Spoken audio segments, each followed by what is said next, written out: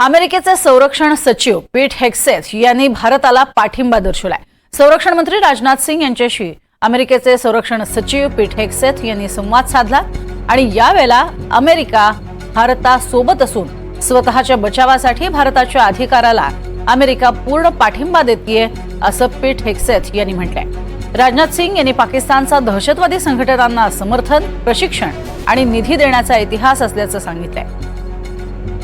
अधिक माहिती घेऊयात राहुल कुलकर्णी यांच्याकडनं। राहुल, इतके दिवस आपल्याला मिळणारा जो पाठिंबा होता आणि त्यात आता अमेरिकेकडनं अशा पद्धतीनं स्पष्टपणे सांगण्यात येणं, फोनवरनं चर्चा होणं, याला किती महत्व आहे? खूप महत्व आहे, कारण परराष्ट्र सचिव आणि संरक्षण सचिव दोघांचीही एका पाठोपाठ एक भारतीय महत्त्वाच्या नेत्यासोबत चर्चा झाली आणि परराष्ट्र सचिव आणि तर पंतप्रधान पाकिस्तानचे जे आहेत शहनाज शरीफ त्यांनाही सांगितलं आणि अत्यंत कठोर शब्दामध्ये सांगितलं। त्यांनी सांगितलं की आधी तर पहलगाम हल्ल्याची निंदा करा, भारताला पूर्ण सहकार्य करा। भारताचा हा जो अधिकार आहे, हे जेव्हा आज संरक्षण सचिव सांगतायत की भारताला स्वतःचा बचाव करण्याचा पूर्ण अधिकार आहे, तर याचा अर्थ असा की with the standing of solidarity असा शब्द त्यांनी वापरलेला आहे। तो अनेक अर्थांनी महत्त्वाचा, विशेषतः चीननं जेव्हा पाकिस्तानला पाठिंबा दर्शवला आहे, काही मिडल ईस्टमधले देश पाकिस्तानच्या बरोबर आहेत असं आपण सांगतायत ते, त्यावेळेला अमेरिकेने मात्र स्पष्टपणे सांगितलं आहे की भारताला स्वतःचा बचाव करण्याचा पूर्ण अधिकार आहे। पण त्यासोबत आणखीन दोन महत्त्वाच्या घडामोडी प्रज्ञा घडताना दिसतात। एक, जसं तू म्हणालीस तसं हवाई दलाचं आज ह्या देशाला पुन्हा एकदा सामर्थ्य बघायला मिळेल, परंतु नौदल सुद्धा आजपासनं अरबी समुद्रामध्ये आपल्या संरक्षण सिद्धतेची तयारी पुन्हा नव्याने करत आहे। काल पाकिस्ताननी कुरापत काढली आणि पाकिस्तान असं म्हटलं की त्यांच्या नौदलाच्या हद्दीच्या भागामध्ये कुठेही कुठल्याही नव्या जहाजांनी येऊ नये, त्याच्याच आधी भारताने याची पूर्ण तयारी केलेली होती आणि भारत सुद्धा अरबी समुद्रामध्ये आपल्या नौदलाच्या ताकदीचं सामर्थ्य दाखवत आहे। म्हणजे एकीकडे हवाई दल, दुसरीकडे नौदल, आणि सगळ्यात महत्त्वाची गोष्ट अशी आहे की पंतप्रधानांनी जेव्हा सांगितलं आहे की मी संरक्षण दलाला पूर्णपणे ह्या पाकिस्तानच्या कुरापतीच्या विरोधात काय करायचं ह्याबद्दलचे अधिकार दिलेले आहेत, त्या या वक्तव्यानंतर घडताना अनेक गोष्टी दिसतात। एक तर संरक्षण मंत्री अनेक जणांशी बोलतायत, परराष्ट्र मंत्री एस जयशंकर अनेक जणांशी बोलतायत, ते एक्स वरती पोस्ट करून सांगतात। आणखीन एक महत्त्वाची गोष्ट, आणि ती आता ह्या भारतातल्या सगळ्या मंडळींनी समजून घ्यायला हवी, ती अशी की मी ह्या ज्या दल लेक परिसरामध्ये आहे तिथली अर्थव्यवस्था, कारण काल प्रज्ञा मी इथे आल्यापासून काश्मीरमधल्या अनेक तरुणांशी बोलतोय, मध्यम वयीन मंडळींशी बोलतोय, राज्यकर्त्यांशी बोलतो। म्हणजे पहिल्यांदा NDTV मराठी असं चॅनल असेल की ह्या राज्याचे उपमुख्यमंत्री आणि विरोधी पक्षनेते हे लाल चौकामध्ये आले आणि त्यांनी आपला भाव व्यक्त केला। पण त्याबरोबर इथलं हे जे अर्थकारण आहे, हे अर्थकारण असं आहे की ज्या अर्थकारणामुळं, कारण आता दल लेक बघणं, एरवी इथे मोठ्या प्रमाणामध्ये पर्यटकांची गर्दी असते, हा भाग फुलून गेलेला असतो, आता नीरव शांतता आहे, एखादा दुसरा पर्यटक इथे आहे।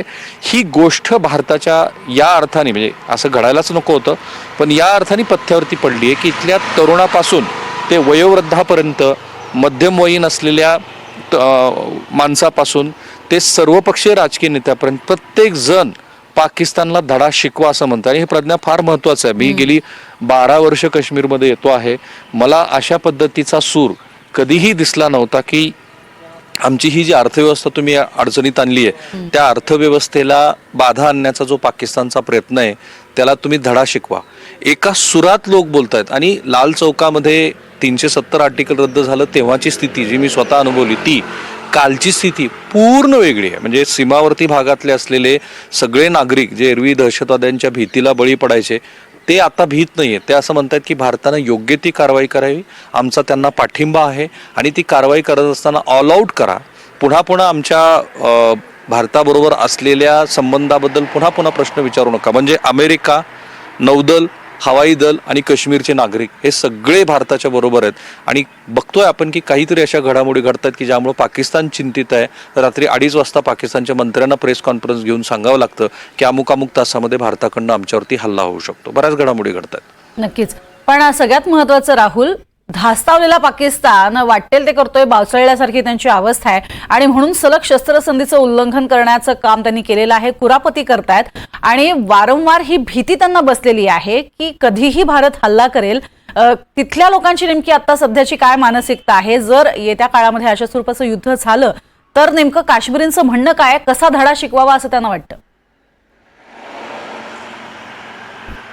ऑल आउट हा एकच शब्द आहे त्यांचा, ऑल आउट. आणि ते असं म्हणतायत की आमची अर्थव्यवस्था सरळ होते हे त्यांना बघवत नाहीये, ती बघवत नाहीये म्हणून तर ते अशा कुरापती करतायत. आणि फक्त एक त्यांच्यातला भाव आहे की जेव्हा मी हा प्रश्न विचारला की स्थानिकांच्या पाठिंब्याशिवाय हे झालेलं नाही, तर ते म्हणाले की काही फ्रिंज एलिमेंट कालही होते, आजही आहेत आणि उद्याही असतील, यांना शोधा, त्यांना योग्य तो धडा शिकवा.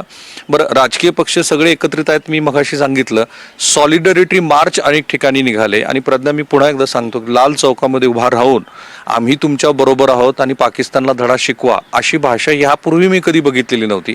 आणि त्याचं अर्थात सरळ साधं कारण आहे, अर्थकारण आहे की ज्या दल लेकमध्ये लाखो पर्यटक येतात आणि ज्यामुळे आर्थिक, कारण शेवटी काश्मीरची अर्थव्यवस्था ही सफरचंद वगैरे ठीक आहे, त्याचा तो 1-2% भाग आहे, केशर वगैरे तो फार कमी भाग आहे.